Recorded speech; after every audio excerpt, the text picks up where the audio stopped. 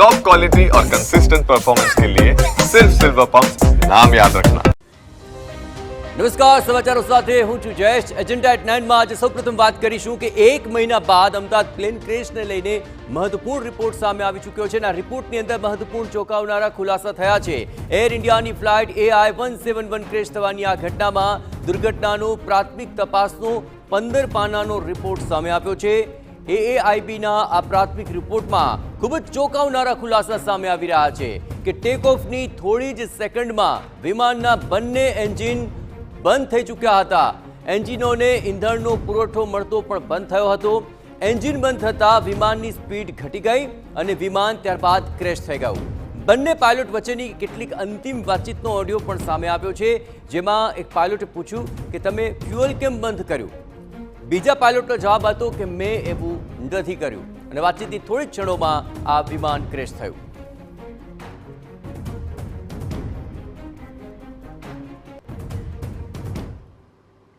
હવે આ રિપોર્ટ જે સામે આવ્યો છે 15 પાનાના રિપોર્ટને લઈને હવે મહત્વપૂર્ણ ખુલાસા અને તમામ બાબતો સ્પષ્ટ થઈ જશે। વધુ વિગતે વાત કરવા માટે જોડાઈ રહ્યા છે TV9 संवाददाता कुमार कुंदन। कुमार, इस पूरे 15 पेज के रिपोर्ट की अगर बात की जाए, क्या इसके मायने हैं और आगे की जो जांच होगी उसमें कितनी मदद मिल पाएगी?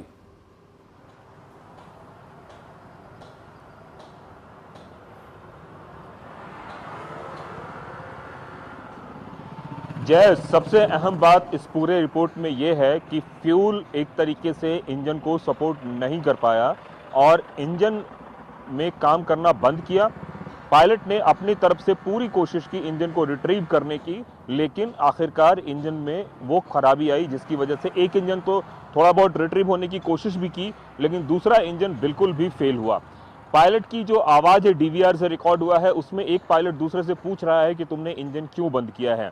तो इस तरीके से जो पूरी बातचीत है, उस बातचीत से ऐसा लगता है कि इंजन में जो पावर ऑप्शन है और जो फ्यूल का जो ऑप्शन है, वो दोनों ऑप्शन कहीं ना कहीं काम करना बंद किया।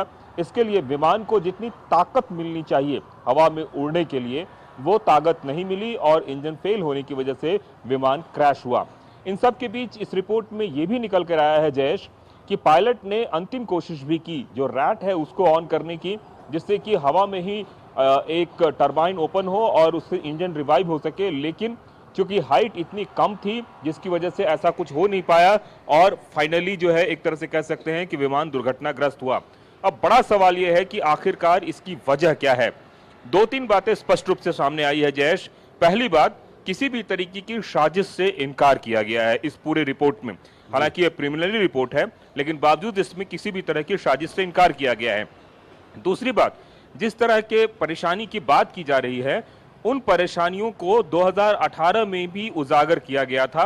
कुछ जगहों पर उसके लिए कमेटी भी बनी थी, लेकिन उसे एक बहुत ही छोटे दर्जे की खराबी बता के नकार दिया गया था, जो एक इतनी बड़ी खराबी बनी जिसकी वजह से विमान हादसे में सभी लोग शिकार हुए और कई लोगों की मौत हुई। अब बड़ा सवाल यह है कि आखिरकार इसकी एक्चुअल वजह क्या है और कौन सी ऐसी वजह थी जिसकी वजह से इंजन ने काम करना बंद किया, पावर कट ऑफ हो गया, क्या कोई इलेक्ट्रॉनिक फेल्योर था?